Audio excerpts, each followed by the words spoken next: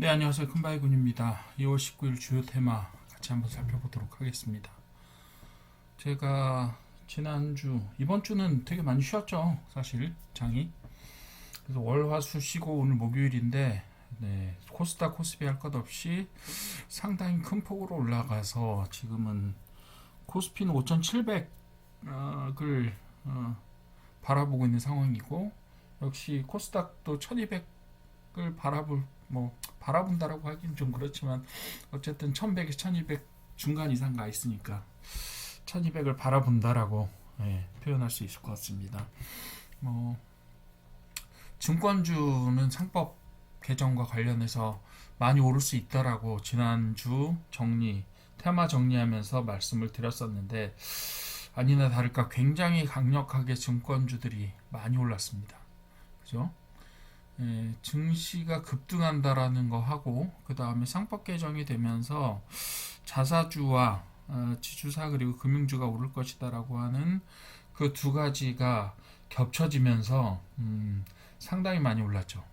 증권주들이 뭐 대거 상한가 그리고 상한가 근처에 간 것들까지 포함하게 되면 10개가 넘는 것 같아요. 그죠? 10개가 넘는 증권주의 대폭발이 일어났습니다. 네. 뭐 예상이 되던 거기도 하지만 상당히 오늘 아침부터 가셨던 분들은 상당히 많이 수익을 보셨을 거라고 생각이 되는데 당분간 이제 24일 뭐 지금 저게 원래 열릴 것 같죠. 24일 정도면 이제 본회의 소집이 예상이 되어 있고 적어도 그 테마가 소진되기 전까지는 내일까지는 적어도 어느 정도 탄력을 받지 않을까라고 생각이 드는데 뭐 너무 급격하게 또 많이 올랐기 때문에 30%씩 올랐잖아요. 너무 많이 급격하게 올랐기 때문에 또 이익 실현 매물들이 또 나올 수도 있기 때문에 사실은 조금 이제 과하게 하루에 너무 많이 올라버렸다라는 생각이 좀 들고요. 솔직히 30% 정도면 기대할 수 있는 수익 정도에 비해서 뭐 어느 정도는 제법 많이 오르지 않았나라는 생각이 좀 들고요. 증시도 계속해서 오르고 있긴 하지만 뭐 그렇다고 해서 지금까지 증권사들이 굉장히 저평가되었던 것들은 아니잖아요. 제법 최근에 많이 올랐어요. 그죠? 물론 이제 고점 대비로 보시게 되면 뭐 지금이 높다라고 말씀드리기는 좀 그렇기는 하지만 사실상 조금 그렇죠. 하루에 너무 많이 올랐어요. 그죠? 거의 대부분 상당수가 상한가를 갖고 뭐 이렇게 되어 있는데 근데 또 올라가야 되는 것 중에서 뭐 수익을 못 보는 회사들도 올랐고 매출이 작은 회사도 좀 많이 너무 올랐고 그런 부분들이 있어요. 그래서 저평가주들이 좀 올랐고 SK 같은 경우는 최근에 올라서 이게 SK증권이 되게 재밌다라고 제가 말씀드렸는데 지난번에 왜냐하면 증권주인데도 불구하고 대형 증권주인데도 불구하고 주당 가격이 1,000원이 안 됐었어요. 그러다가 지금 이제 1,200원대까지 지금 올라갔다가 지금 1,500원대까지 상승을 굉장히 세게 올라간 상태가 되겠고요. 나머지들도 마찬가지일 거라고 봅니다. 상당히 그런 부분들이 있어요. 그래서 몇 가지 이제 뭐라고 해야 되죠? 몇 가지 이제 호재들이 겹치는 그런 부분들이 분명히 있다. 뭐 SK증권 같은 경우는 세 가지 호재가 겹쳤다고 볼 수 있죠. 왜냐하면 증권 주식 가격 많이 오르고 있죠. 게다가 또 그 대기업 계열사죠. 그리고 또 여러 가지 면에서 보시게 되면 그뭐 겹쳐 있는 부분들이 상당히 많아요. 그래서 그런 쪽 부분들 보시게 되면 두 가지 이상의 호재들이 겹쳐서 올라간 증권사들이 제법 많이 있다. 이렇게 보시면 될 것 같고요. 두 번째로 우주 태양광하고 태양광 관련해서 태양광주들이 올랐는데 사실 요거는 태양광주들이 오를 건 아니에요.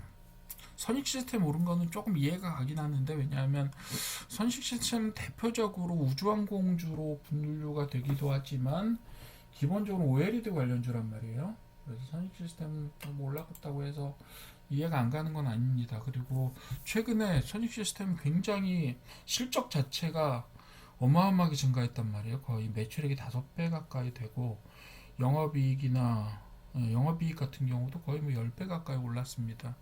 그렇기 때문에 최근에 상승세 자체가 이해가 안 가는 건 아니에요. 근데 오늘 페로브스카이트 관련해서 서울대에서 호재가 나왔단 말이에요, 뉴스가. 페로브스카이트 관련해서 이게 어, 굉장히 효율적인 대량 합성할 수 있고, 그 다음에 생산성이 굉장히 높은 형태의 페로브스카이트 관련 기술이 발표가 됐어요. 그래서 우주 태양광이 올랐는데, 이게 뜬금없는 남의 다리 긁는 얘기입니다, 한마디로. 페로브스카이트긴 한데, 페로브스카이트는 크게 두 가지 정도의 용처가 있어요. 하나는 태양광 관련된, 태양 전지 관련된 용처가 있고, 하나는 OLED 관련된, OLED가 아니죠. 예, 정확하게 말씀드릴게요. 페로브스카이트는 그 디스플레이 관련된 용처가 하나 더 있어요. 근데 페로브스카이트가 대량 생산되고 저렴한 가격에 굉장히 효율적인 발광체로서의 용처가 발견이 됐잖아요. 이번에 발표가 됐잖아요. 근데 그렇게 되면 무슨 일이 벌어지냐면 페로브스카이트가 진짜로 디스플레이 관련돼서 그 기술이 실용화된다라고 하면 OLED가 죽게 돼 있어요. 한마디로. OLED가 죽는데 선익 시스템은 오히려 뭐예요? OLED 관련주예요. 그러니까 대체 기술, 그러니까 선익 시스템에 어떻게 보면 악재일 수 있는데 이게 발표됐는데, 그리고 이건 디스플레이 관련된 기술이라고 말씀드렸죠. 그랬는데 뭐가 올랐어요? 우주 태양광 관련된 게 올랐다고요. 우주 태양광하고는 관련이 없어요. 이번에 서울대에서 발표된 기술은 완전 디스플레이와 관련된 기술이지 OLED 그 태양광하고 전혀 관련이 없습니다. 그런데 우주 태양광이 오르고 뜬금없이 선익 시스템이 올랐어요. 물론 선익 시스템이 올라야 되는 게 맞아요. 테마에 들어있는 것도 맞습니다. 페롭스카이트 테마, OLED 테마에 들어있죠, 정확하게. 그리고 우주 태양광 관련돼서 우주 관련된 것으로 분류되어 있는 것도 맞아요. 그런데 서울대에서 발견된 기술은 순수하게 뭐와 관련된 거예요? 디스플레이와 관련된 페로브스카이트의 용처이자, 예, OLED 어떻게 보면 대항마가 될 수 있는 기술이기도 하면서 태양광과는 전혀 관련 없는 기술이에요. 그런데 이 말도 안 되게 선익 시스템이 오르고 하나 솔루션이 오르고 뭐 이런 게 오르잖아요. 이거 관련 없다고요. 그러니까 테마 뉴스로 올라서 그냥 관련된 게 올랐네? 예, 페로브스카이트 이름만 똑같아요. 예, 그러니까 전혀 관련 없으니까 선익 시스템에 가는 건 이해 갑니다. 왜? 실적이 좋아졌으니까. 그런데 다른 게 갈 일은 없다고요. 태양광 관련 없는 기술이고요. 디스플레이 기술이고요. 우주와도 전혀 관련 없습니다. 그런데 테마로 떴죠. 이것이 테마의 기술, 국장 테마의 기술이 되겠습니다. 그러니까 테마는 떴지만, 그리고 테마는 만들어서 뉴스를 만들어 올렸지만, 실제로 우주 태양광과 서울대가 발표한 기술과는 관련성이 없다. 테마의 뉴스와 관련된 조작이다 라고 어떻게 보면 말씀드릴 수 있습니다. 뭐 어쨌든 그렇다고요. 뭐 오른 건 사실이고, 선식 시스템 올랐고, 하나솔루션 올랐고, 태양광 관련된 회사들 올랐어요. 그런데 그냥 심리적인 거죠, 한마디로 말씀드리게 되면. 예. 실제로 이게 서울대에서 발표한 기술이 실제로 태양광 관련된 회사들의 실적으로 반영될 가능성 별로 없고요. 선익 시스템의 수익으로, 선익 시스템의 어떤 저기로 그 실적으로 전환될 가능성도 거의 없다라고 봅니다. 어쨌든 간에 디스플레이 관련된 되게 좋은 기술이고, 그리고 실용화되면 굉장히 강력하게 디스플레이 관련된 우리나라의 어떤 시장 점유율을 높여줄 수 있는 좋은 기술인 건 사실이지만, 사실상 오늘 올라간 종목들과는 별로 관련이 없고 그냥 테마는 이름만 같습니다. 마치 테마로 보자면 그 고속터미널 재개발 가지고 동양고속이 올라간 것하고 똑같아요. 그냥 이름만 테마지, 별로 관련성은 없다라고 보시는 것이 정확합니다. 그러니까 그런 것들은 조금 따져주십시오. 제가 항상 테마가 올라가지만 테마의 실적으로 반영될 수 있는 것들이 올라가야 되는데 라고 말씀을 드렸잖아요. 네, 오늘은 조금 싫습니다. 헛다리입니다. 심리가 한마디로 헛다리고 그것을 움직여서 누군가 수익을 얻었다라고 볼 수는 있어요. 그렇다고 제가 선입 시스템 이런 회사들 폄하하는 건 아닙니다. 굉장히 올라갈 만하고요. 올라가야 마땅합니다. 실적으로 봤을 때 그렇다라고 말씀드릴 수 있어요. 정유회원 방산 가능하죠. 이거는 왜냐하면 유력한 정치인 분께서 국제적으로 이란과의 전쟁이 날 가능성 90%다 뭐 이런 발표들을 하셨기 때문에 진화학적 리스크와 관련돼서 제가 세 가지 주제 말씀드렸잖아요. 테크 말씀드렸고 그죠? 기술적인 건 다음에 나옵니다. MRCC예요. 그게 기술적인 요소들이 나올 거고 거기에 지정학적 요소들이 나올 거고 또 금융과 관련된 것들이 또 올라갈 수 있다. 상법 개정과 관련해서 이렇게 말씀드렸잖아요. 우주 태양광 관련된 부분 분명히 올라갈 수 있어요. 그렇지만 페로브스카이트의 이번 뉴스하고는 전혀 관련이 없다. 그런데 그냥 끼워서 뉴스로 끼워서 심리적으로 올려놨다라고 보시면 되겠어요. 정유회원 방산 가능성 있습니다. 그리고 계속해서 뉴스들이 나오고 있고요. 그리고 정유 당연히 유가 올라가면 정유사들 가격도 올라가면서 기대심이 있습니다. 그런 것들이 당연히 올라가는 거죠. 그러니까 여러분들 테마가 올라갔다고 해서 그것과 관련된 실적들이 발생할 거냐 안 할 거냐는 분명히 따져보셔야 되고 그렇기 때문에 그 안에서 실이 있느냐 없느냐는 분명히 보셔야 되는 거예요. 그래서 그게 단기적으로 작동할 거냐 아니면 장기적으로 작동할 거냐라는 부분들도 분명히 보셔야 되고 그 안에 종목들이 이 테마와 관련된 수혜를 얻을 수 있느냐 없느냐도 보셔야 되고 그 다음에 또 모두 보셔야 돼요. 그 회사가 진짜 좋은 회사도 보셔야 된다. 그죠? 그렇게 보시면 되겠습니다. 그런 의미에서 하나하나 정리해 보자면 그런 재미있는 이야기들이 나올 수 있다.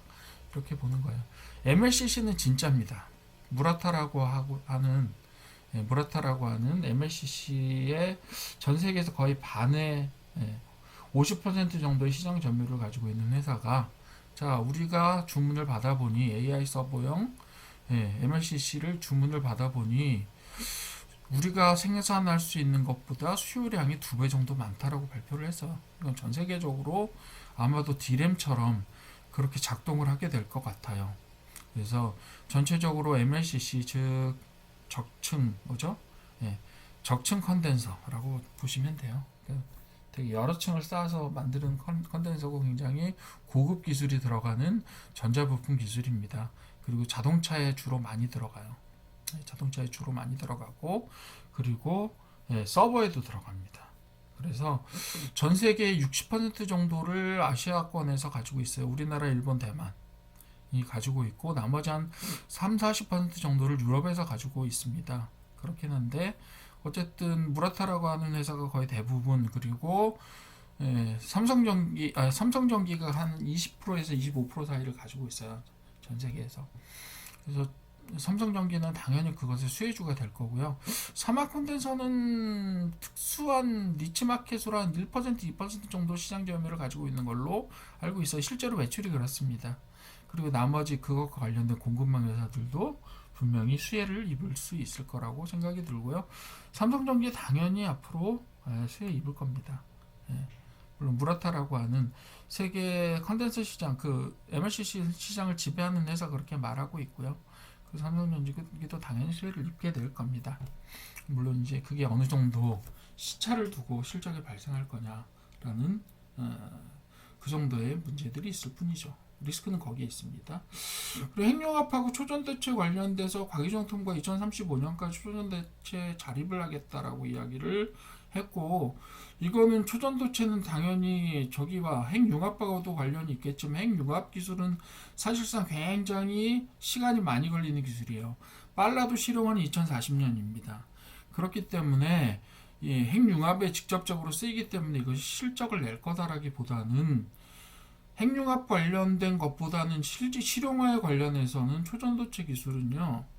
기본적으로는 좀 고온 초전도체 기술이 직접적으로 지금 AI 서버와 관련돼서 사용될 가능성이 높아요. AI 서버와 관련돼서 제가 연휴 동안에 약간 공부를 좀 해보니까 여러 가지 기술적인 이야기들이 계속해서 나오고 있고 마이크론발의 어떤 기술적인 혁신과 관련된 이야기들도 계속해서 나오고 있습니다. 굉장히 좀 뜨거운 시장이고 앞으로 계속해서 자본 투여가 돼야 되는 시장이고 기술 개발이 돼야 되는 시장이고 우리나라가 또한 우리나라 삼성전자나 SK하이닉스가 굉장히 세계적인 메모리 시장을 꽉 잡고 있는 HBM 관련해서 제가 주제로 올리기도 했습니다. 동영상도 올려놨으니까 보십시오. 좀 도움이 되실 거예요. 그런 부분들 이야기를 해놨고 그래서 어쨌든 간에 전체적으로 오늘 주요 테마를 살펴보시게 되면 우주태양광, MLCC 핵융합, 핵융합과 초전도체와 관련된 전체적인 기술과 관련된 테마가 3개 올라가는데 그 중에 하나는 꽝이에요. 하나는 아닙니다. 호도된 테마입니다. 정확하게 말씀드릴게요. 그리고 2개는 진짜입니다. 핵융합과 초전도체 관련된 기술에 대해서 우리나라 과기정통부에서 밀어주겠다라고 얘기했고 그리고 16테슬라짜리 시험 시설을 추진하겠다라는 얘기는 결국은 기술과 함께 투자가 일어나고 그것과 관련된 서남이나 비츠로테크 관련된 같은 그런 회사들이 실제로 수혜를 입을 가능성이 되게 높다라고 말씀드렸고 MLCC는 삼성전자, 삼화콘덴사를 중심으로 해서 직접적으로 가격적인 수혜를 입을 수 있을 가능성이 되게 높다라고 말씀드렸습니다. 페로브스카이트 기술은 온전히 디스플레이 관련된 기술이고 태양광 전지와는 관련이 별로 없다 이렇게 말씀을 드렸어요. 어쨌든 간에 태양광, 우주태양광 관련해서 페로브스카이트는 주로 뭐와 태양광과 관련돼서 지금까지 언급되어 왔기 때문에 심리적인 펌프를 좀 받아서 그 태양광 관련된 테마들이 좀 올랐다 이렇게 말씀드릴 수 있다라고 얘기했고요. 증권 이미 말씀드렸습니다. 제가 자 상법 개정과 관련돼서 가장 탄력을 입을 수 있는 것들이 증권과 그리고 뭐라 그랬죠? 지주사 그리고 또 하나 뭐 있다고 말씀드렸죠? 저평가된 디스카운트 코리아 디스카운트를 받고 있는 밸류업 관련된 종목들이 있다라고 말씀을 드렸고요. 그리고 정의해온 방사는 뭐라 그랬죠? 지정학적인 불안 요소들이 분명히 존재하기 때문에 3개 축 말씀드렸어요. 3가지. 하나는 테크, 그렇죠? 기술, 그리고 하나는 상법 개정, 또 하나 뭐예요? 지정학적인 위험 요소. 요 3가지가 오늘 테마에 다 반영이 되어 있다. 이렇게 보시면 되겠습니다. 그 관련된 것들, 종목들을 한번 여러분들도 확인을 해 주시면 될 것 같습니다. 자, 오늘 주요 테마는 이 정도 정리하면 될 것 같죠? 어쨌든 간에 제가 지난 주말에 요 테마들과 관련돼서 중간 테마로 정리를 해드렸던 거 다시 한번 정리해서 보시고요. 오늘 테마도 제 예상과 크게 틀리지 않게 움직였다라고 보시면 될 것 같고요. 그리고 HBM 관련돼서는 제가 기술적인 요소들을 한번 정리해서 올려드렸으니까 보시고요. 상법 개정과 관련된 테마들도 제가 정리해드렸으니까 또 한번 봐주시면 좋을 것 같습니다. 그렇게 정리 한번 해서 큰 테마들이 어떻게 움직이느냐를 중요하게 정리해서 한번 바라봐 주시면 될 것 같습니다. 자, 오늘도 테마 정리 함께 해주셔서 감사드립니다.